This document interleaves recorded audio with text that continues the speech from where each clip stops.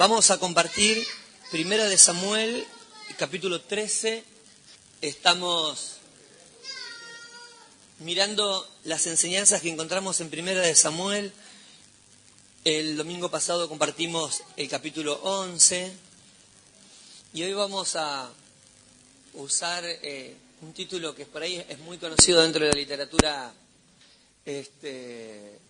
contemporánea y el arte de la guerra, pero lo vamos a usar simplemente como figura de algo que vamos a ir viendo en estos próximos domingos acerca del arte de la guerra, pero para nosotros los cristianos, porque es tan importante tener en cuenta que la palabra del Señor nos da a nosotros herramientas para poder vencer las situaciones que nos toca afrontar semana a semana, porque nosotros a veces compartimos una reunión un día domingo y nos vamos embaladísimo a casa, con muchas ganas, con mucha fuerza, renovados en nuestra forma de ver las cosas, y por ahí ya el domingo a la tarde nomás ya se presentan los problemas, y es como que pareciera que te quieren sacar toda la bendición que recibiste a la mañana, ni hablar a veces el lunes, uno se enfrenta a los problemas del día a día, ¿no? Que muchas veces los problemas tienen que ver en ocasiones con cómo resuelvo lo que tengo que pagar. Porque tengo 15 boletas sobre la mesa o ahí en la heladera y no tengo un mango, no tengo un peso. No, pues tengo un sueldo que está recortado y tengo boletas que están recargadas y tengo los bolsillos repelados, y ahí ya son las primeras luchas que tengo, ¿sí? Porque tengo que resolver qué pago primero, qué voy a ir a protestar, cómo voy a resolver eso, y a veces eso tan simple que nada tiene que ver a veces con las relaciones familiares termina generando problemas familiares, ¿no? Porque empiezan los repartos de culpas, y todo por los mocosos de tu hijo. Porque él quería un celular. Y yo dije, bueno, que aguante un poco, pero vos querías que le compre el celular y que le compre el celular. Y dije, bueno, está bien, se lo vamos a comprar, pero con tarjeta. Y vos dijiste, no, con abono. Y parece que no, pero una cosita lleva a la otra y ya comienzan las discusiones, ¿no? ¿Cuánto gastamos ahí? 2.000 pesos, pero mi amor, lo sacamos en 36 cuotas. Pero es un dinerillo, dirían, ¿no? Que se va sumando, más el abono, y ahí comienzan las discusiones y ya el nene se pone mal o la nena se pone mal, porque el papá ya está reclamando, ya está como todos los meses protestando por los gastos y por los gastos.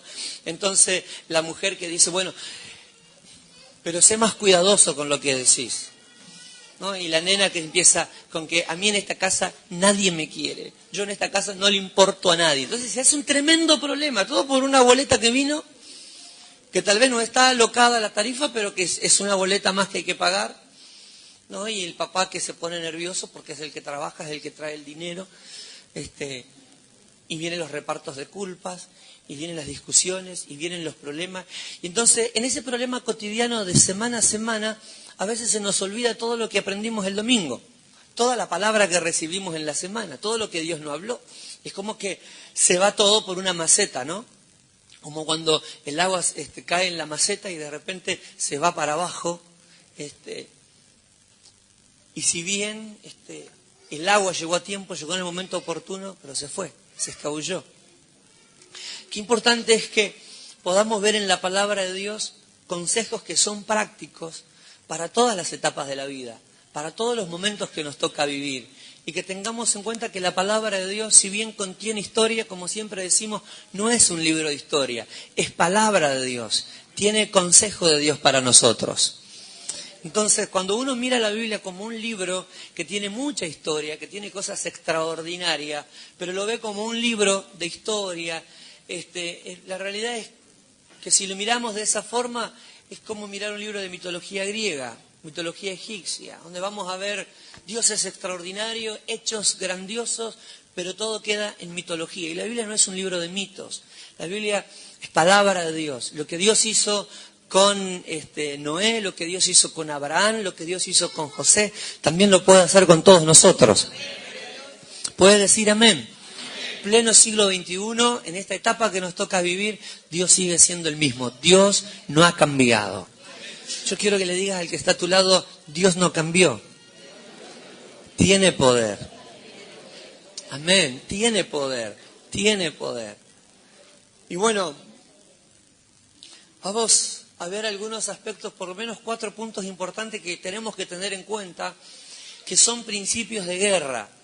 Porque si bien no son principios violentos, ¿no? Porque cuando hablamos de guerra estamos hablando de algo que nos va a movilizar, obviamente, pero no a la manera en que estamos acostumbrados muchas veces a encarar las cosas. Porque si hablamos de guerra, ¿de qué hablamos? De confrontación, de ataque, de defensa. Vamos a ver una manera totalmente diferente a lo que estamos acostumbrados, a cómo encarar las guerras. Y Saúl va a ser nuestro ejemplo. Positivo o negativo, pero en definitiva va a ser nuestro ejemplo. Lo que se hace bien hay que imitarlo. Lo que da resultado hay que imitarlo. Y lo que no da resultado no hay que tomarlo. Porque ya también eso es un ejemplo que nos abre a nosotros la cabeza de cómo vamos a enfrentar lo que tenemos por delante. Amén. Y ustedes se van a dar cuenta que muchas de las cosas que podemos hacer son muy simples, son muy sencillas. Y que a veces no son las que nos gustan, pero son necesarias porque son clave de victoria para nuestra vida personal. Dice Primera de Samuel capítulo 13. Había ya reinado Saúl 1 año, y cuando hubo reinado 2 años sobre Israel, escogió luego a 3.000 hombres de Israel, de los cuales estaban con Saúl 2.000 en Micmas y en el monte de Betel, y 1.000 estaban con Jonatán en Gabá de Benjamín. Y envió al resto del pueblo cada uno a sus tiendas. Y Jonatán atacó a la guarnición de los filisteos que había en el collado. Y lo oyeron los filisteos. E hizo Saúl tocar trompeta por todo el país, diciendo: oigan los hebreos. Y todo Israel oyó que se decía: Saúl ha atacado a la guarnición de los filisteos. Y también que Israel se había hecho abominable a los filisteos, y se juntó el pueblo en pos de Saúl en Gilgal. Entonces los filisteos se juntaron para pelear contra Israel 30.000 carros, 6.000 hombres de a caballo, y pueblo numeroso como la arena que está a la orilla del mar. Y subieron y acamparon en Micmas, al oriente de Betabén. Cuando los hombres de Israel vieron que estaban en estrecho, porque el pueblo estaba en aprieto, se escondieron en cuevas, en fosos, en peñascos, en rocas y en cisternas. Y algunos de los hebreos pasaron el Jordán a la tierra de Gad y de Galaad. Pero Saúl permanecía aún en Gilgal, y todo el pueblo iba tras él temblando. Y él esperó 7 días, conforme al plazo que Samuel había dicho. Pero Samuel no venía a Gilgal, y el pueblo se le desertaba. Entonces dijo Saúl: traedme holocaustos y ofrenda de paz. Y ofreció holocausto. Y cuando él acababa de ofrecer el holocausto, he aquí Samuel que venía. Y Saúl salió a recibirle para saludarle. Entonces Samuel dijo: ¿qué has hecho? Y Saúl respondió: porque vi que el pueblo se me desertaba y que tú no venías dentro del plazo señalado, y que los filisteos estaban reunidos en Micmas. Me dije: ahora descenderán los filisteos contra mí a Gilgal, y yo no he implorado el favor de Jehová. Me esforcé, pues, y ofrecí holocausto. Entonces Samuel dijo a Saúl: locamente has hecho. No guardaste el mandamiento de Jehová tu Dios, que él te había ordenado. Pues ahora Jehová hubiera confirmado tu reino sobre Israel para siempre. Mas ahora tu reino no será duradero. Jehová se ha buscado un varón conforme a su corazón, al cual Jehová ha designado para que sea príncipe sobre su pueblo, por cuanto tú no has guardado lo que Jehová te mandó. Y levantándose Samuel, subió de Gilgal a Gabá de Benjamín, y Saúl contó la gente que se hallaba con él, como 600 hombres. Leemos hasta ahí nomás. ¿Cuántos hombres quedaron? ¿Y cuántos eran en total? Bueno, ¿no se relaciona mucho con las cosas que a veces nos pasan a nosotros? ¿Qué decimos habitualmente? Cuando tenés plata tenés muchos amigos. Cuando no tenés plata, ¿cuántos amigos te quedan? Bueno, probablemente a usted no les pase. Por eso le pasa al borracho, ¿no? Al que gasta y sus amigos necesitan de que gaste. Pero bueno, a Saúl le pasó más o menos lo que le suele pasar a la mayoría, ¿no? Tenía muchos amigos y de repente se queda con pocos. Pero bueno, ese no es el tema, ya vamos a llegar ahí. La Biblia nos muestra que se suceden las guerras en tiempos de Saúl, que es necesario estar preparado permanentemente para la guerra, porque Israel es un pueblo que durante mucho tiempo vivió acéfalo, sin rey, que tenía jueces en diferentes regiones que le gobernaban, que le juzgaban, que administraban a la comunidad, y que todo fue mostrando la necesidad que la nación tenía de un líder, de un rey, que gobernase a todo el país, no solamente algunas regiones. Entonces, terminó la era de los caudillos, terminó la era de los jueces con Samuel. Y es Samuel el que va a ser el hombre que Dios va a utilizar para unificar a Israel y para preparar al hombre que va a gobernar en los próximos años a la nación. Ese hombre es Saúl. Así que el capítulo 11 nos muestra que Saúl había sido ungido como rey, que toda la nación había pedido ese rey, pero cuando llegó su tiempo, cuando llegó su momento, no todos lo aceptaron. Habitualmente pasa eso, ¿no? A la Argentina nos está pasando algo parecido. Todo el mundo, o un gran porcentaje, no la gran mayoría, un 50%, un 51%, 52%, pidió un cambio. Cuando viene el cambio, muchas veces el cambio trae realmente cambios y empieza la desesperación, porque a veces no es lo que uno esperaba, no es lo que uno pensaba. Con Israel pasa algo parecido. Todos querían rey, todos querían rey, todos querían rey, pero de repente no eran todos los que querían rey. Entonces eso ya nos enseña algo que en hermenéutica se llama recurso literario, la hipérbole. La hipérbole es el recurso de la exageración, cuando se usa la exageración para decir cosas que a veces no están diciendo la verdad de lo que nos está pasando. ¿No? En esta casa nadie me quiere, en esta casa nadie me da bolilla, en esta casa yo no le importo a nadie, y esos nadie son papá, mamá, mi hermano, mi hermana, mi cuñada, es decir, todos los que conforman la casa, pero a veces no es así. Probablemente no sea así, pero esa forma que tenemos nosotros de generalizar, ¿no? Cuando uno habla con gente de otro país, te preguntan, ¿y cómo están las cosas en Argentina? Todo mal. Y es una forma de generalizar. ¿Cuántas veces generalizamos? Una decepción con la novia, suficiente como para decir todas las mujeres son iguales. Una decepción con el novio, suficiente como para decir todos los tipos son iguales. Mi mamá ya me lo había dicho, mi mamá ya me lo había anticipado. Y no todos los hombres son iguales, no todas las mujeres son iguales. Y cada caso es diferente. ¿No es así? ¿Es así o no es así? Pero tendemos siempre a generalizar, ¿no? Entonces, el que tuvo una frustración, un desengaño en la iglesia católica, dice, todos los curas son chantas. Y no todos son chantas. El que tuvo una decepción en una iglesia evangélica, de repente, todos los pastores son iguales. Y no todos los pastores son iguales.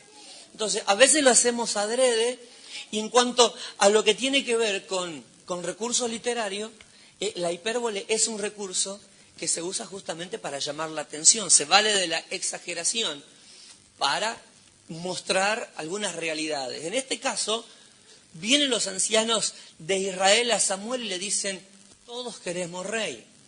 Entonces, ¿todos los ancianos querían rey? No, se ve que no todos los ancianos querían rey. Un grupo minoritario quería un rey y Samuel fue y habló con Dios y les dijo, la nación quiere que le demos un rey y me han rechazado, ya no me quieren a mí. Y el Señor le dice, tranquilo Samuel, no te rechazan a vos, me rechazan a mí, pero les vamos a dar un rey. Entonces, esto también nos va a servir a nosotros ahora en unos minutos más adelante para tener en cuenta algunas enseñanzas. Entonces Samuel deja pasar el tiempo, llega el momento, la persona indicada va a ser Saúl. Cuando Saúl pasa a ser el rey de Israel, la Biblia nos muestra que no todos lo aceptaban como rey. El mensaje del domingo se centraba en la gente de Jabes de Galaad, que fueron a pedir ayuda en todos lados cuando vino la dificultad. Pero al único que no le pidieron ayuda fue al rey. Es decir, ¿qué pedían durante tanto tiempo? ¿Qué estuvieron pidiendo? Un rey que los lleve a la batalla. Ahora Israel ya tenía un rey que los iba a llevar a la batalla. Pero fueron a buscar ayuda en todos lados, menos a su rey.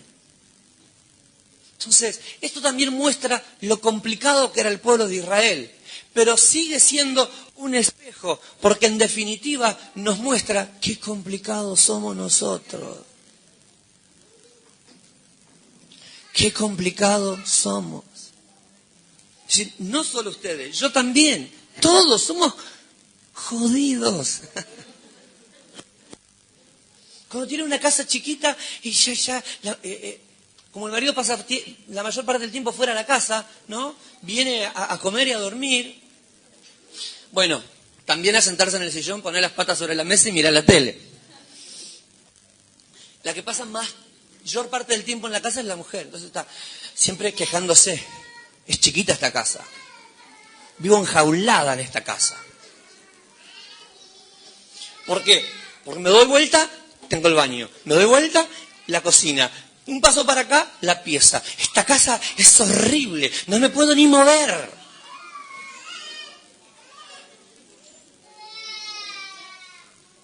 Entonces, la necesidad de una casa más grande. Quiero una casa más grande. Quiero una casa más grande. Alquilemos una casa más grande. Compremos una casa que tenga patio, que tenga 2 habitaciones, 3 habitaciones, un gran living para que yo pueda sentarme, invitar a mis amigas, a las chiquis, ¿no? Quiero una tele grande allá, quiero una tele en la cocina para ver los programas de cocina mientras cocino. Quiero un baño grande donde yo pueda ir, sentarme, hacerme las uñas. Quiero césped, porque quiero que mi Chucky tenga césped para... Bueno, es su perrito. El tema es que de repente consiguen una casa grande, a los 2 meses llega el marido de trabajar y ya ella otra vez está con la cara así. Yo no sé qué voy a hacer. Dentro de 10 años ya no podré más. Voy a estar paralítica, doblada, con hernia de disco. Tengo que cortar el pasto, no termino más de barrer, no termino más de pasar el trapo. Limpié la cocina, ya ensuciaron el baño. Limpié el baño, ya ensuciaron la pieza. Es un desastre. Tengo que cortar el pasto, tengo que barrer, tengo que limpiar, tengo que cocinar, tengo que lavar, tengo que planchar. Y el marido está ahí. Bueno, sabe que no tiene que decir nada. Porque si dice algo, está en el horno. Bueno, en otras palabras, ya se desató la guerra. ¿Y dónde se inicia? En lo complejo que somos. Quiero un hijo, quiero un hijo, quiero un hijo, quiero un hijo, quiero un hijo, ¿no? Viene el bebé, que nunca es una maldición, siempre es una bendición. Pero, ¿quería estudiar? No puedo estudiar. ¿Quería trabajar? No puedo trabajar. Bueno, puedo poner miles de ejemplos de cómo muchas veces estamos obsesionados con algo, obstinados con algo, y muchas veces cuando lo tenemos, después se presenta la realidad, que ciertas necesidades que teníamos, ciertos deseos que teníamos, muchas veces traen consigo algunos cambios que requieren de adaptación, que requieren de tener que modificar un poco nuestra vida, ordenar un poco nuestra vida a los nuevos cambios. ¿No es así?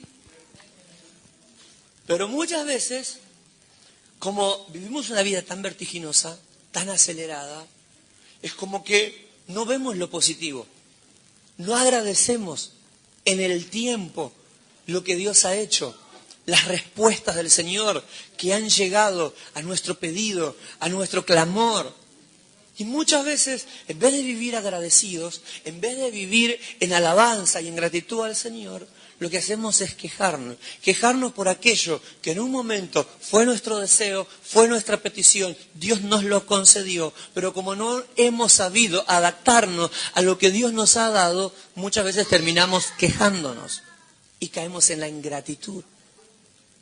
Mira el que está a tu lado y decís, sea agradecido, sea agradecida. Yo quiero servir al Señor, Señor, úsame.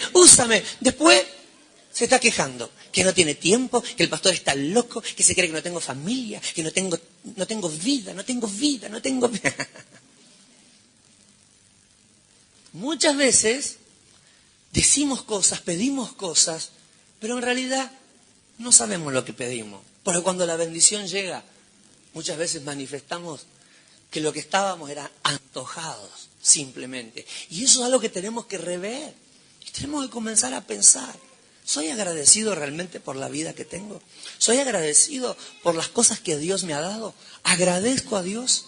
La esposa agradece a Dios por su marido. El marido agradece a Dios por su esposa. Los padres agradecen a Dios por sus hijos. Los hijos agradecen a Dios por sus padres.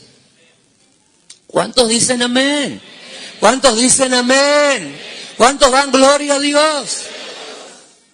El soltero agradece a Dios por la soltería.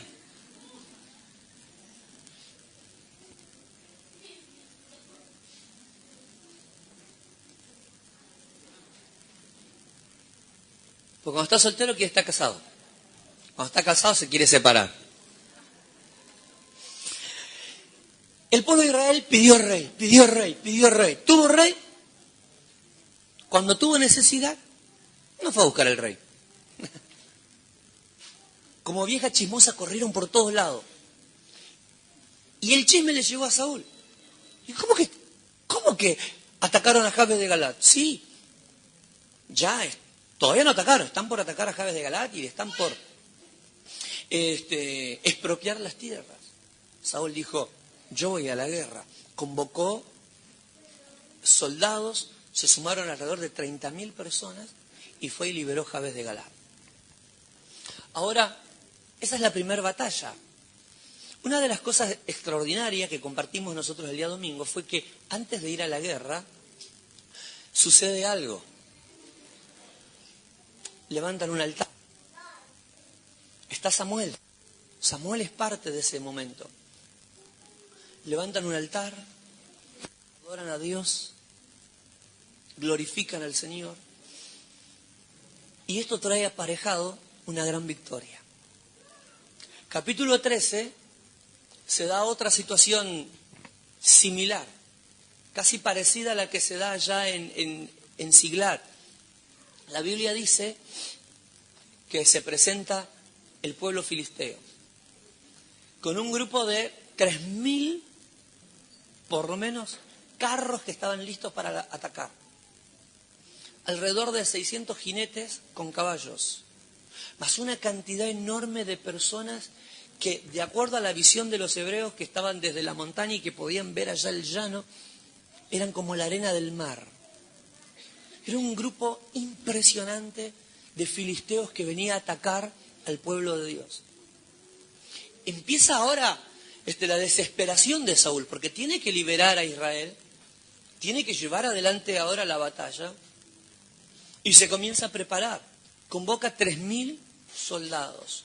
Luego de 2 años de reinado, se presenta este incidente, convoca 3.000 soldados, 2.000 estaban con él y 1.000 estaban con su hijo Jonatán.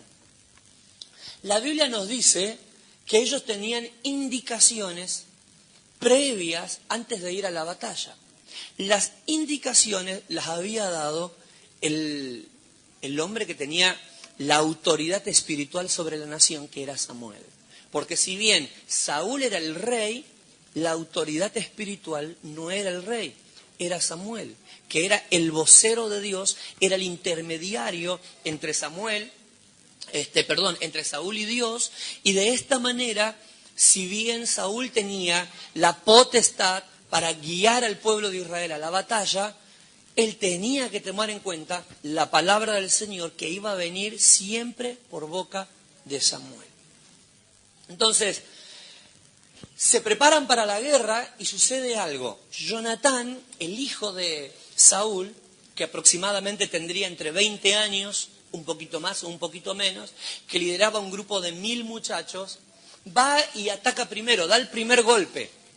Ataca a los filisteos que ya habían invadido el territorio de Israel, porque gran parte de los filisteos estaban sobre la pradera, todavía no habían entrado al territorio hebreo, pero un grupo minoritario ya se había metido en Israel y ya estaban diseminados por todas las ciudades más importantes, por ejemplo, la ciudad donde vivía el mismo Saúl.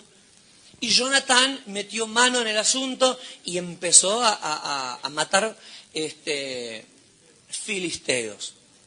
Una de las particularidades que nos muestra el relato, el capítulo 13 y el capítulo 14, es que era una época donde el monopolio del hierro lo manejaban los filisteos. Y esto también hace más impresionante todo, porque en Israel habían 3000 soldados preparados para la guerra, sumando a Saúl y a su hijo Jonatán, que eran los dos únicos que tenían espada de metal. La mayoría no poseía elementos de hierro. Cuando ellos querían, por ejemplo, comprar un arado, comprar una pala, comprar un pico para trabajar la tierra, tenían que trasladarse a tierra de los filisteos y tenían que comprarlo allí. Y era carísimo.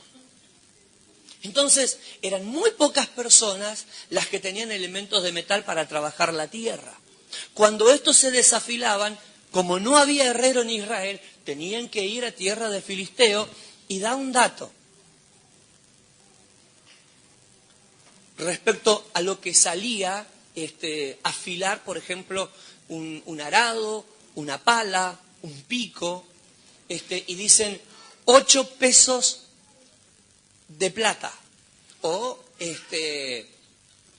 como la moneda se valorizaba por el peso, es decir, 8 gramos de plata era lo que valía afilar, por ejemplo, un arado o una pala. Un pico salía aproximadamente 4 ciclos de plata. Así que para nosotros por ahí es difícil hacer la comparación en cuanto al peso nuestro, en cuanto a la moneda nuestra. Pero ustedes tienen que tener en cuenta que con 1 gramo de plata un hebreo vivía todo el mes. Entonces, les salía a ellos muy caro poder acceder a una herramienta de trabajo, como también les salía muy caro poder afilar las herramientas para la tarea que necesitaban hacer, que en la mayoría de los casos era el trabajo de la tierra.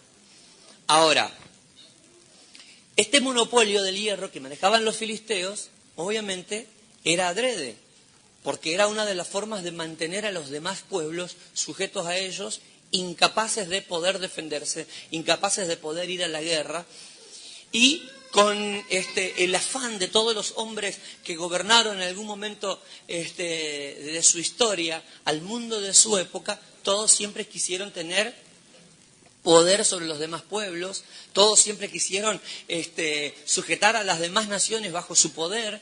Los grandes imperialistas siempre soñaron con ser dueños del mundo, y en este caso los filisteos no se quedaban atrás. Por años habían sido dominados por los egipcios, ahora eran libres. Entonces, como manejaban el monopolio del hierro, los hebreos, por ejemplo, no tenían acceso a las armas. Solo 2 personas tenían armas de guerra, Saúl y Jonatán. Los demás solo tenían palos, hondas, lanzas hechas de madera. Era todo lo que poseían, era todo lo que ellos tenían. Así que eran 3000 soldados hebreos contra 3000 carros filisteos, 600 jinetes de a caballo, más una cantidad enorme de soldados que ni siquiera se podía contar. La desventaja era tremenda. Y esto es lo que genera una sensación de debilidad en Saúl. genera en Saúl una sensación de que estoy en desventaja, ¿no? Y estoy en una situación desfavorable. Pero él estaba ahí siendo simplemente un instrumento de Dios en esa etapa de la historia. Y tenía que tener en cuenta que Dios lo había puesto, que Dios le había permitido estar en esa etapa para una obra extraordinaria y que por lo tanto Dios no lo iba a abandonar. ¿Cuántas veces nosotros nos encontramos en desventaja frente a tantas situaciones de la vida? Muchas veces empezamos nosotros a rezongar, ¿no? Porque si Dios me ama, ¿por qué me pasa esto? Si Dios está conmigo, ¿por qué tantas injusticias me toca sufrir a mí? Si yo estoy orando, ¿por qué Dios no me contesta? Si yo trato de ser bueno con todo el mundo, ¿por qué la gente es mala conmigo? ¿Cuántas veces te sentís en desventaja, te sentís en situaciones desfavorables y cuántas veces nuestras reacciones son preguntar ¿por qué? ¿No? ¿Por qué me pasa lo que me pasa? ¿Por qué sucede todo esto? ¿Por qué todo me pasa a mí? ¿Cuántas veces lo pensaste? ¿Cuántas veces lo dijiste? Yo lo he dicho un montón de veces, en más de una ocasión. Preguntaba, ¿por qué todo me pasa a mí? ¿Por qué todos están contra mí? ¿Por qué nadie me quiere a mí? ¿Por qué si ahora que me estoy poniendo las pilas, tengo más problemas que antes? Muchas veces en esa situación lo primero que uno piensa es, ¿y Dios? ¿Por qué Dios lo permite? ¿Dónde está Dios? Entonces tenemos dos alternativas, o esperar o empezar a reclamar. Entonces, en la mayoría de los casos arrancamos con recursos bíblicos, ¿no? Y empezamos, pero tu palabra dice, pelearán contra ti pero no te vencerán. Y empezamos a proclamar textos bíblicos. Mi siervo, mi escogido, yo te escogí, serán como nada los que te hagan la guerra. Y es como que empezamos a mirar en la palabra textos revanchistas, ¿no? Textos que de repente nos pongan a nosotros en una posición de víctima, en la que Dios está con nosotros y Dios tiene que defendernos y Dios tiene que humillar a todos nuestros enemigos, pero pasa el tiempo y no pasa nada. Nuestros enemigos siguen mejor que antes. Los que te critican prosperan, los que te hacen la guerra les va bien y todo lo que vos esperabas que le pase no le pasa. Entonces ahí viene la indignación. Pero, Señor, ¿de qué lado estás? ¿Estás del lado mío o estás del lado de mi enemigo? No necesariamente es un enemigo, muchas veces es una persona que te hace la contra. Y cuando Dios no responde, porque Dios es experto en guardar silencio, muchas veces nos enojamos. ¿Dónde está Dios? Por eso el salmista David decía en el Salmo capítulo 1, no te impacientes. No te impacientes. No te impacientes. No te impacientes. No te impacientes. Salmo 37. No te impacientes a causa de los malignos. No te impacientes cuando ves que ellos prosperan. Por eso el capítulo 1 vuelve y dice, bienaventurado el varón que no anduvo en caminos de pecadores, ni en silla de escarnecedores se ha sentado. Bienaventurado el varón que no tomó los hábitos y las formas que toman nuestros enemigos habitualmente. Bienaventurado. Guarda silencio, dice el Salmo 37. Guarda silencio ante el Señor y espera en Él. Guarda silencio ante el Señor y espera en Él. Pero la realidad es que eso es lo más difícil. Y el punto número 1 tiene que ver con eso. Saúl tenía que aprender, digan conmigo, a esperar. Mirá al que está a tu lado y decirle, sé paciente. Ah, bueno, no, pero miralo a los ojos. Quiero que lo mires a los ojos y les digas, sé paciente.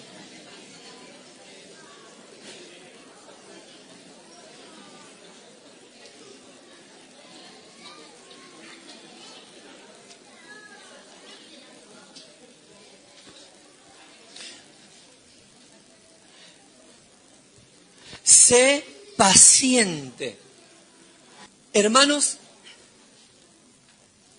la Biblia muestra que Samuel le puso un plazo. 7 días. Espérame, Saúl, 7 días. Yo en 7 días estoy en el territorio de combate y levantamos un altar al Señor, adoramos juntos al Señor y después van a la guerra. Antes, hagamos un paréntesis y recordemos Éxodo y Levítico.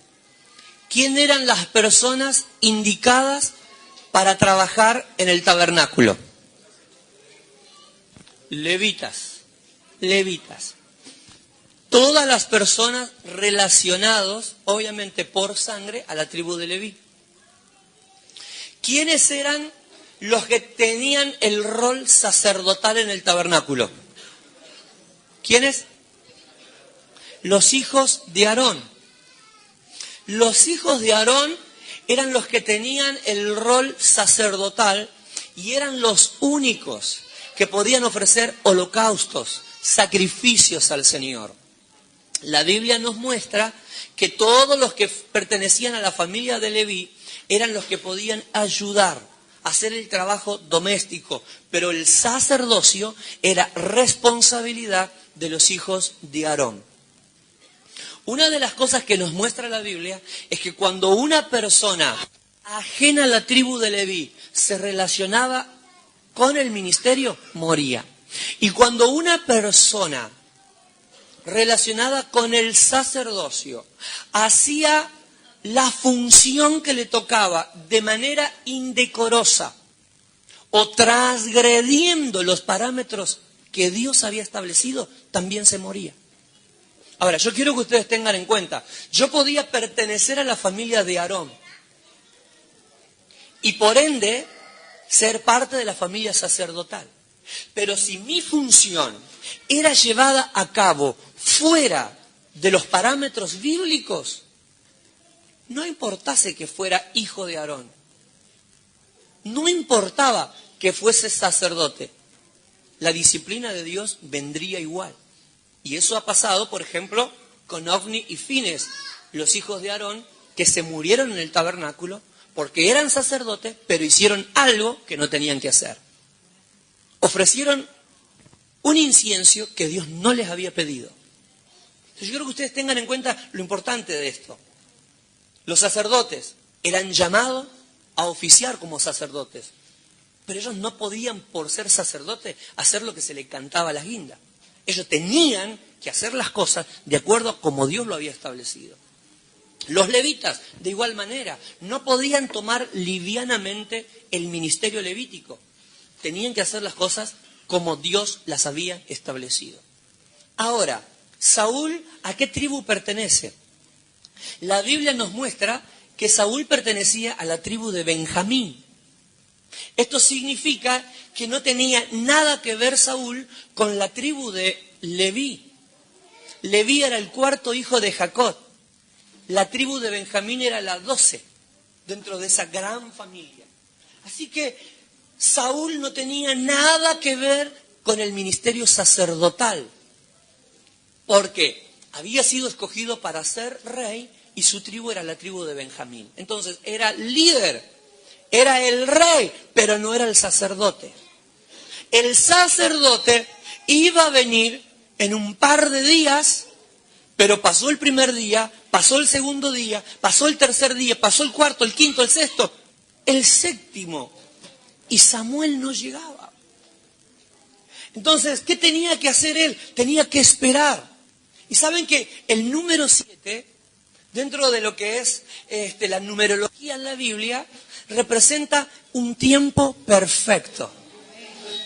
Va a aparecer muchas veces el número 7 en toda la Biblia. Y en la mayoría de los casos está relacionado con perfección. Esto implica que no siempre el número 7 indica la totalidad del tiempo. Por ejemplo, si nosotros vamos a Génesis capítulo 1, nos encontramos en los primeros 2 capítulos que Dios creó el mundo en 7 días. ¿Significa que eso es literal? No. puede ser tomado literalmente como no. Puede ser considerado como en un tiempo perfecto. Primer día, segundo día, tercer día, cuarto día, quinto día, sexto día, séptimo día. Pueden ser considerados como diferentes tiempos, diferentes momentos, no correlativos uno detrás de otro. Pero en definitiva, algo que tenemos en cuenta es que Dios creó los cielos y la tierra en el tiempo perfecto. ¿Cuántos dicen amén? Ahora, cuando la Biblia nos habla de 7, en la mayoría de los casos, no siempre tiene que ver con cantidad, sino tiene que ver con un estado, tiene que ver con un tiempo, tiene que ver con perfección. Entonces, algo que la palabra del Señor nos va a enseñar en este momento es que yo tengo que esperar, digan conmigo, yo tengo que aprender a esperar el tiempo perfecto. Muy bien, ahora, pregunta, ¿siempre yo sé cuánto es el tiempo perfecto? No, por eso es complicado muchas veces. Por eso se hace difícil muchas veces poder esperar, porque yo nunca sé cuánto tiempo tengo que esperar que Dios responda una petición mía, que Dios responda un clamor mío. ¿Me explico? Que se den las cosas que yo estoy soñando, anhelando o pidiendo. Pero yo tengo que saber, digan conmigo, que Dios es Señor del tiempo. Amén. Entonces, vamos a ver nosotros, por ejemplo, diferentes líderes. Ustedes ya estuvieron leyendo la vida de diferentes hombres. Por ejemplo, uno de ellos fue Abraham. ¿Cuánto tiempo esperó Abraham a que se cumpla la promesa en su vida? ¿Cuál era la promesa que él esperaba? La de tener un hijo. ¿Cuánto tiempo esperó Abraham? Por lo menos con los datos que nos arroja así rápidamente la Biblia. No, menos. No, menos. Ya están tirando. El quinelero ya está anotando, el 20, el 20, 80. No, 25 años aproximadamente. De acuerdo a lo que nos va a decir Génesis capítulo 11, 12 y de ahí en adelante, hasta el nacimiento de Isaac, es que él aproximadamente esperó 25 años. 25 años fue el tiempo que tuvo que esperar. Ahora, eso no significa que cuando yo ore y pida al Señor por algo específicamente, voy a tener que esperar 25 años, ¿no? Porque muchas veces uno puede decir, pero yo estoy realmente orando por una petición y sinceramente yo necesito que eso sea respondido lo más pronto posible.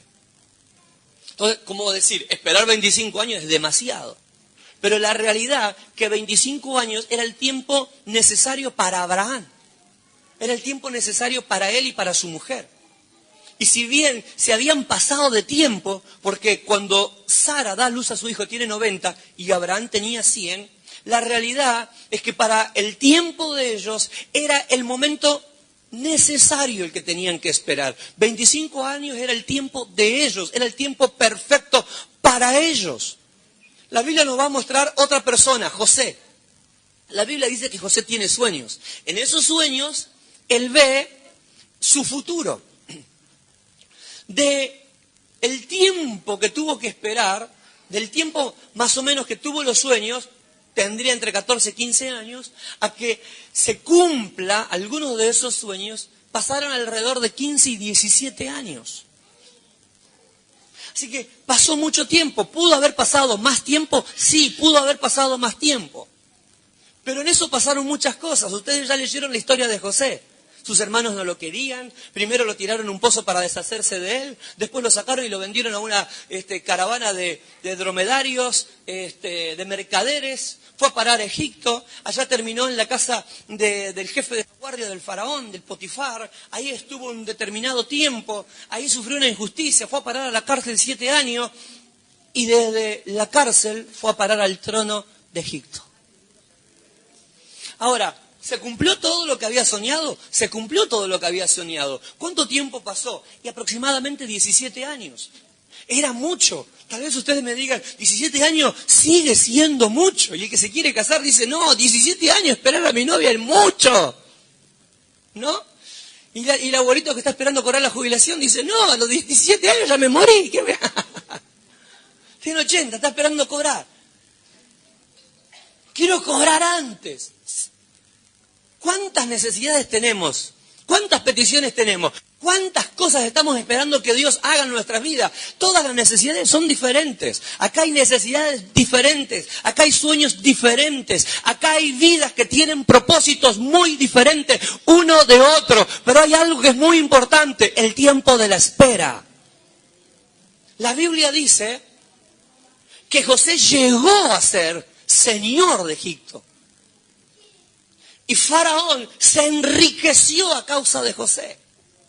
Pero Dios no puso a José en Egipto para que José fuese de bendición solamente para Egipto, sino que Dios puso a José en Egipto para bendición de su propia familia. ¡Wow! Pero había que saber esperar. Había que saber esperar el tiempo. Había que saber esperar el momento. David, ya posterior a Saúl. La Biblia nos muestra acerca de David. Un día llega Samuel a su casa y lo llaman a David, lo hacen venir al asado que habían preparado para compartir con el sacerdote. Y la Biblia dice que en ese momento Samuel unge a David para que sea el futuro rey de Israel. David tendría entre aproximadamente 13 y 17 años. Ahora, ¿cuánto tiempo pasó para que él fuese rey? Muchísimos años. Por lo menos el doble. Y un poquito más. Pasó mucho tiempo. Ahora, ¿por qué es importante el tiempo? ¿Por qué es importante el tiempo de espera? Porque el tiempo de espera es el tiempo en el que nuestro corazón se va preparando para aquello que Dios tiene preparado para nosotros y que sin lugar a dudas va a ser de tremenda bendición.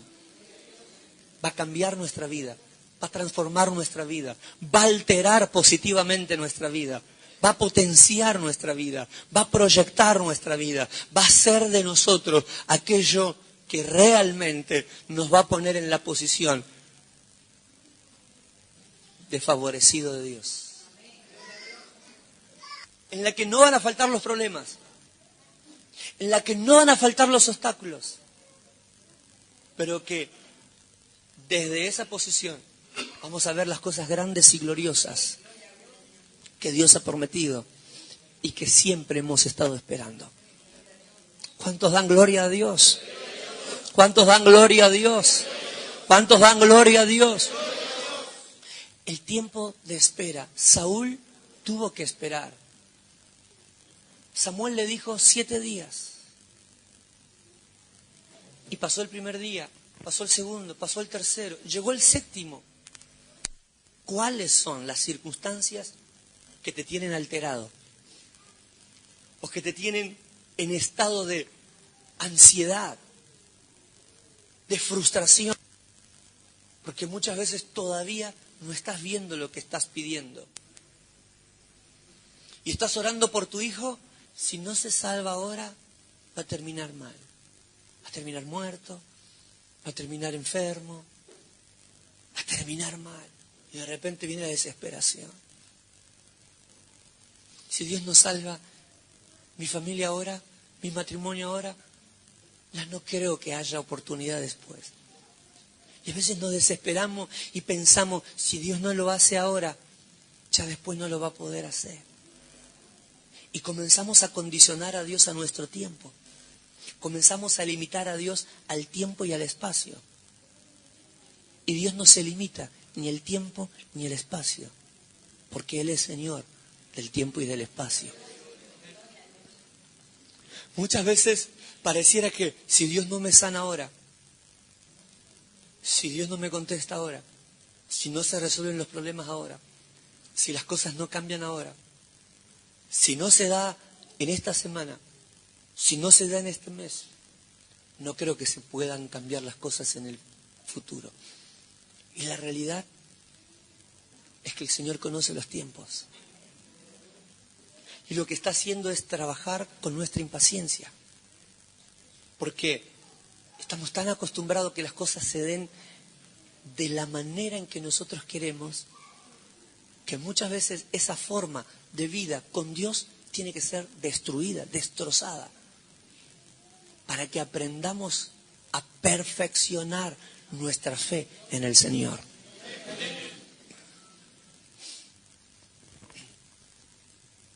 Qué difícil es esperar.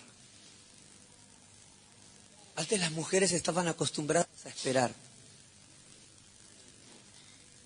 porque todo provenía del hombre.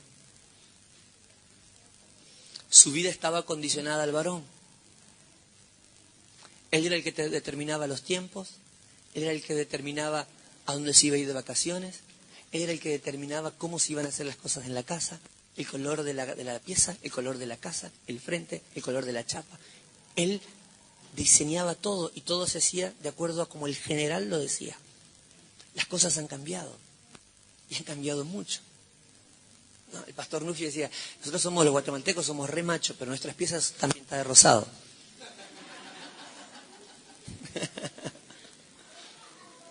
Sí, porque somos machos, pero manda la mujer en casa.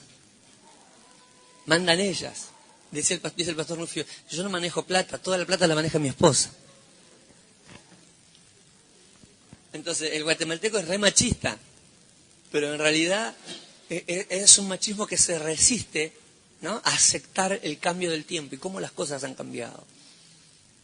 Pero en una etapa donde hoy la mujer estudia, trabaja, ¿no?, ya de 30 años hacia acá, la mujer estudia, trabaja, es profesional, tiene su plata, y ya no espera más en el hombre, porque ese es su pensamiento, ¿no? Es decir, está bien, vos haces con tu plata lo que quieras, yo hago con plata lo que yo quiero. Y donde se acabó el patriarcado, donde la mujer dice, yo también pongo plata, y yo también decido, y yo también pienso, y aunque no trabaje, igual piensa, igual maneja.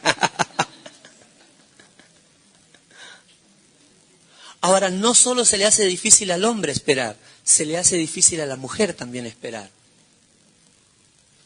Y digan conmigo, tengo que sacrificar mi ansiedad. Amén. ¿Cuántos dan gloria a Dios? Mira el que está a tu lado y decirle, sacrifica tu ansiedad en el altar. Amén. Gloria a Dios. ¿Cuántos dan gloria a Dios? ¿Cuántos dan gloria a Dios? ¿Cuántos dan gloria a Dios?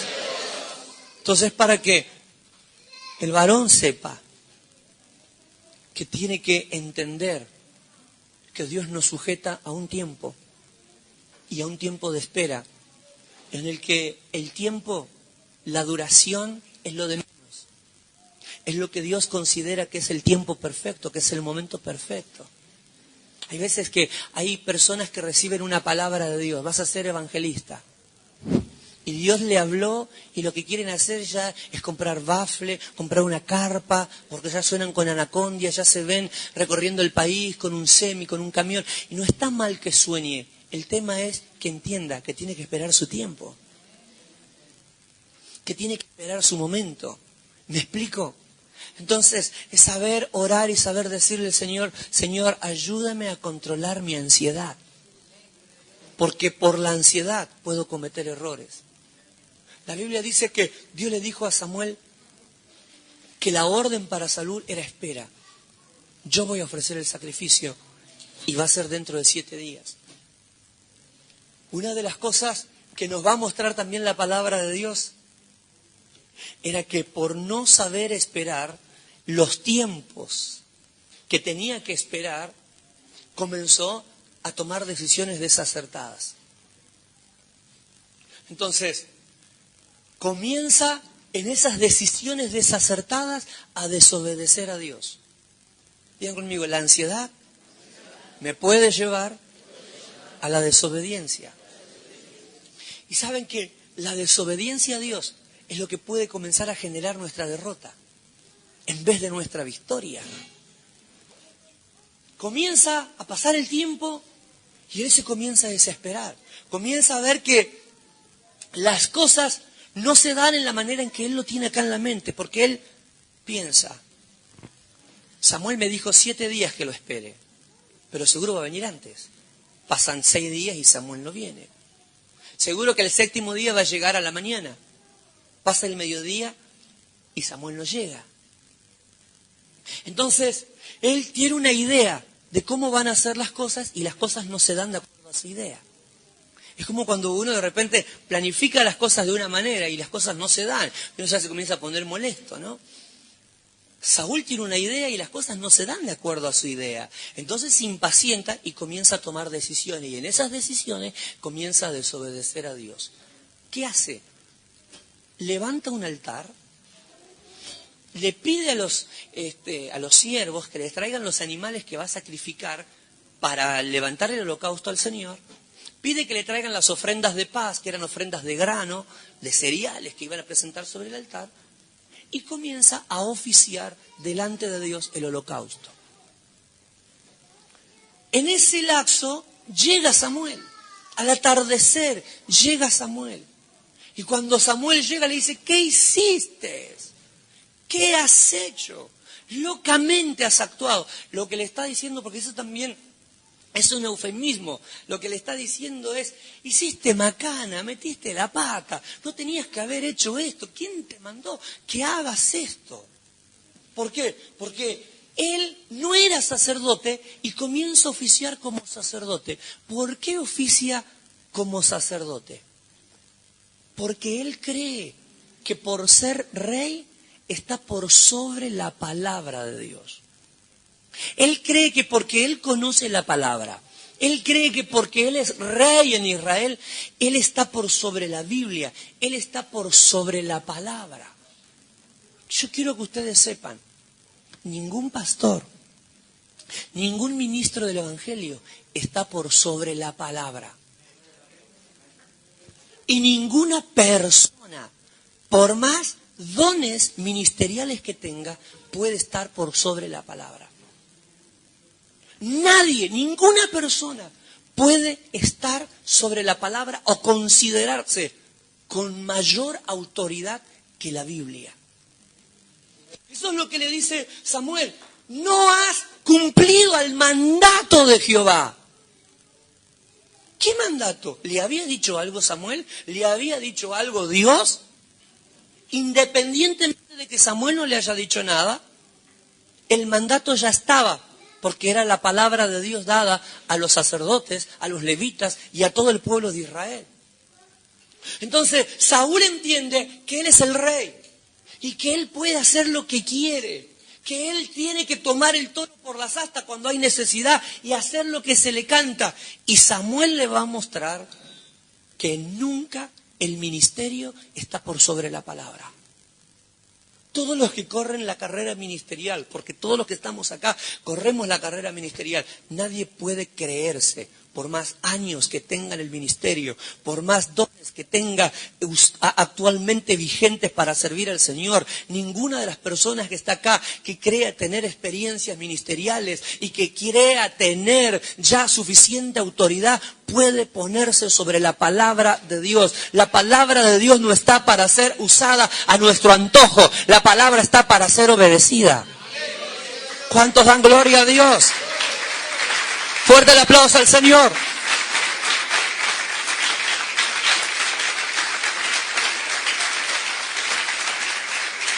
Aleluya. Y a su nombre. Y a su nombre. Él cree que está por sobre la palabra. Y como está por sobre la palabra, él usa la palabra a su antojo. Entonces, ahí comienza su problema. Cuando él comienza hacer algo que no le corresponde hacer. Entonces, muchas veces no manejamos nuestra ansiedad frente a la respuesta que estamos esperando, al milagro que estamos esperando. Puede que cometamos errores, y él cometió error. Él hizo algo que no tenía que hacer. Él tomó decisiones que no tenía que tomar. Él se apropió de cosas que no le correspondían. Y ahí comenzó su caída. Viene Samuel y le dice: ¿por qué hiciste lo que Jehová no te mandó? Tercero, tengo que aprender que como arte de guerra, si yo quiero ser una persona victoriosa, tengo que asumir mis errores y no deslindarme de culpas cuando realmente no he sabido esperar los tiempos del Señor por ansioso. comienza la devolución de Saúl. Saúl dice, lo que pasa es que el pueblo se me desertaba. ¿A quién responsabiliza? A la gente. ¿Es verdad eso? ¿Estaba mintiendo Saúl? No, no estaba mintiendo. Estaba diciendo la verdad. Tenía 2000 soldados y se quedó con 600. Y la Biblia, lo leímos. Los soldados estaban temblando. Porque cuando fueron convocados de urgencia, porque Jonatán atacó de entrada sin esperar el tiempo y el momento oportuno, esto llevó a que el pueblo entrase en guerra antes de tiempo y que Saúl tuviese que tocar trompeta para convocar a los soldados del territorio de Israel. Y cuando vinieron los soldados al lugar de batalla y vieron con lo que se iban a enfrentar, se asustaron. Entonces comenzaron a meterse en grietas, en cuevas, en acantilados, comenzaron a esconderse, temblando, muertos de miedo, y la gran mayoría huyó. Se fue a la casa y empezaron a decir que se arregle Saúl como pueda. Se fueron, porque encima ni siquiera está el sacerdote. Entonces todo el mundo se alejó, se fueron. Y esa realidad fue lo que lo desesperó a Saúl. Entonces le dice a Samuel, pero lo que pasa es que el pueblo se me fue. ¿Qué quiere que haga? Si todos, manga de cobarde, vieron al enemigo, se asustaron, y algunos empezaron a esconder, y los otros rajaron, me quedé solo, y como vi que todos se iban, y vos, parece que tenés reloj de arena, y vos, no venías. Segundo responsable, Samuel. Tercer responsable, yo dije, y capaz que ni Dios me defienda. Capaz que ni Dios me defienda. Entonces agarré y levanté un altar para ver si se desliga responsabilidades, echa culpas, y aunque en parte tenía razón, el pueblo desertaba. No estaba mintiendo, era verdad. Muchas veces nuestras quejas son justificadas. Porque la realidad es que hay que lidiar con un marido como el que tengo yo. Y puede ser. Hay que lidiar con los hijos que tengo yo. Hay que lidiar con la esposa que tengo yo, pastor. Ella es re buenita, amén en el culto. Pero llego a casa y así me deja la cabeza. ¿Pasa? No.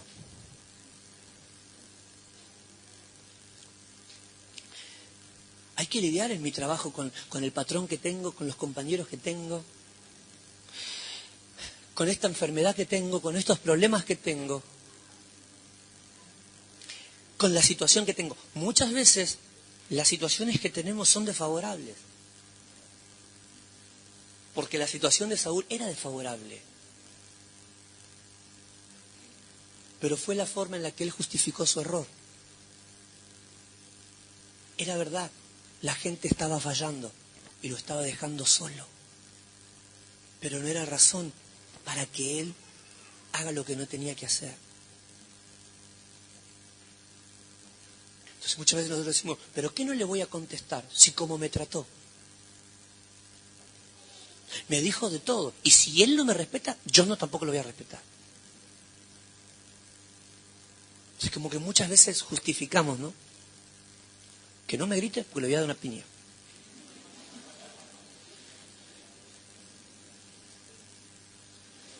Que no me busquen porque me van a encontrar. Y muchas veces los procesos en los que estoy son procesos en los que Dios está trabajando, no con el pueblo, sino conmigo. Dios no estaba tratando con Israel, Dios estaba tratando con Samuel. Che, respeta a tu mamá. Pero si mamá quiere que la respete, que me respete. Respeta a tu papá. Pero es como que muchas veces justificamos todo acto de rebeldía que tenemos, todo mal carácter que tenemos, nuestro mal humor. nuestra falta de fe. Como que muchas veces todo lo que hacemos lo justificamos. Y no nos damos cuenta que el problema no son los problemas, sino mi impaciencia. Una paciencia que Dios dice, vos no la tenés, yo te voy a ayudar a que la tengas. Pero no porque te voy a dejar solo en la batalla, sino porque te estoy haciendo fuerte. Te estoy preparando. Te estoy desarrollando interiormente. El problema no era el pueblo, el problema era él. Entonces yo, pastor, la injusticia no me la banco. Que me digan la verdad como sea, pero a veces es mentira, es una excusa, porque nos dicen la verdad y nos embronca igual.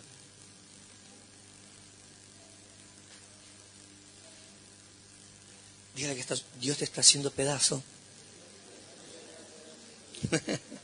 porque te está haciendo fuerte. Mira el que está a tu lado y decirle, los que te rodean, de lejos y de cerca, no tienen la culpa. Ah, sí, claro, yo tengo la culpa, ¿no? Ah. Sí, que sos más buena que Teresa de Calcuta. No digo solo por las mujeres, los varones también. Porque a veces nos quejamos. ¿Y por qué estamos donde estamos? Algo que yo he tenido que entender, que la gente nunca tiene la culpa. Aunque la tenga, de acuerdo a mi razonamiento, siempre Dios está trabajando conmigo.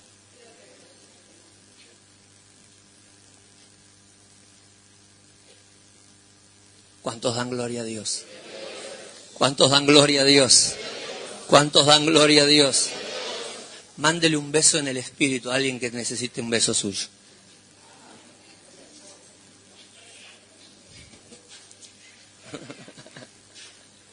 ¿Cuántos dan gloria a Dios?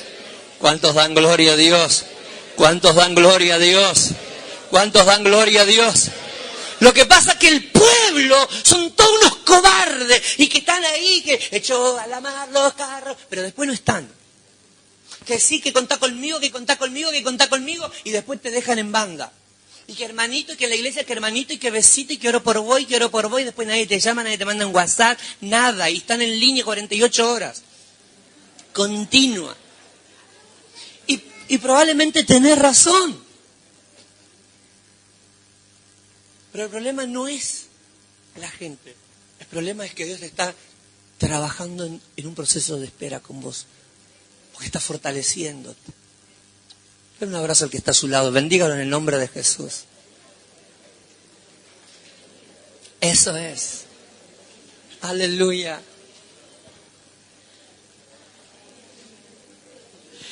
El problema, el pueblo. Cuando un pastor le echa la culpa al pueblo, está en problemas. Porque el problema no es el pueblo, el problema es él. Cuando un marido le echa culpa a su familia de su desgracia, el problema no es su familia, el problema es él. Aunque tenga razones justificadas. Cuando una mujer le echa culpa a su marido, a su familia, realmente no solo sea el problema de la familia, sino sea ella. Y quiero que me interprete, no estoy agrediéndole o agrediéndola. Quiero enseñarle hoy a través de la palabra con todo respeto. No para desautorizarte o para desde acá, desde el altar, hacerte pensar que todo lo que te pasa no tiene sentido, sino para mostrarte a través de la palabra de Dios. Dentro de lo que es el arte de la guerra, saber cómo revertir la forma en la que estás encarando las cosas a través del ejemplo que nos da Saúl. En su mal comportamiento nos va dando a nosotros ejemplos. Fracasó él y le echó la culpa al pueblo. Yo fracasé con ello porque con un pueblo así no se puede servir al Señor. Claro, porque si yo tuviera la iglesia de Freyson, yo sabía como salto, tiro el saco también como él. porque si yo tuviera, ¿por qué? Pero lo que pasa, que la esposa que tengo yo no es como la pastora Rebeca. Que el marido que tengo yo no es como el Cartú. Mis hijos no son como los hijos. Entonces como que mi trabajo no es como el trabajo. Y entonces siempre hay algo. Samuel lo miró y Saúl empezó a echarle culpa al pueblo. Y encima con el pastor que tengo, que siempre llega tarde. Cuando me dice, ¿cómo está? Ya pasó todo, ya la tormenta ya pasó, pastor. Cuando me pregunta, ¿cómo está? Ya está, ¿para qué pregunta? Ya pasó. Llega Samuel, dice, porque si hubieses venido antes, si hubieses venido cuando yo tenía problema, un WhatsAppito, ¿no? Un mensajito en Face, un tweet. Y llegó tarde. ¿Pero por qué llegó tarde? Porque estaba trabajando el corazón. Estaba trabajando el corazón. Parece que estás sola. Parece que estás solo. No estás sola, no estás solo. Viene en camino tu bendición. Y vos no venías, pero acá estoy. Pero no venías, pero acá estoy. Pero no venías. ¿Qué te dije? ¿Que voy a venir? Sí. ¿Vine? Sí, pero tarde, pero vine. Y Dios te dice, parece que yo no respondo, pero respondo. Pero tarde, pero respondo. Pero yo quería la zapatilla, la quería el mes pasado, no ahora. El celu lo quería el mes pasado. Decile que está a tu lado, Él viene. No te desesperes. Tu respuesta viene. ¿Cuántos dan gloria a Dios? ¿Cuántos dan gloria a Dios? ¿Cuántos dan gloria a Dios? Fuerte el aplauso a Cristo. Fuerte el aplauso al Señor. Gloria a Dios. Fuerte el aplauso a Cristo. Gloria a Dios. Gloria a Dios. Aleluya. ¿Cuántos dan gloria a Dios? ¿Cuántos dan gloria a Dios? Entonces, yo quise hacer algo para que Dios me ayude, porque vaya a saber si me ayuda Dios. Usted no tiene que hacer nada para ayudar a Dios. Vos no tenés que hacer nada para ayudar a Dios. Vos simplemente tenés que esperar en el Señor. Y yo no ayudo a Dios. Ustedes tengan en cuenta que cuando Abraham quiso ayudar a Dios, metió la pata. Cuando Abraham quiso ayudar a Dios, se metió en un problema tremendo. Yo no tengo que ayudar a Dios. ¿Yo saben cómo permito que Dios trabaje? Esperando que Él actúe. Como en una oportunidad hablé justamente acerca de esto importante, ¿no? De perdonar a Dios. Muchos de ustedes tienen que perdonar a Dios. Muchos de nosotros hemos tenido que perdonar a Dios. ¿Quién somos nosotros? ¿Pero por qué lo digo? Porque es irónico. Tenemos que arrepentirnos. Porque muchas veces responsabilizamos a Dios. Le dijimos, porque si Dios hubiese, me falta la fe porque yo oré y Dios no me contestó, porque yo pedí y Dios no me dio. Y de repente estamos, ¿no? Con el Señor, la culpa la tiene Él. Dígale que está solo, Dios no tiene la culpa. Amén. Él está moviendo las piezas en tiempo y en forma. Viene un tiempo glorioso. Aleluya. ¿Cuántos dan gloria a Dios? ¿Cuántos dan gloria? Den un aplauso bien fuerte, bien grande.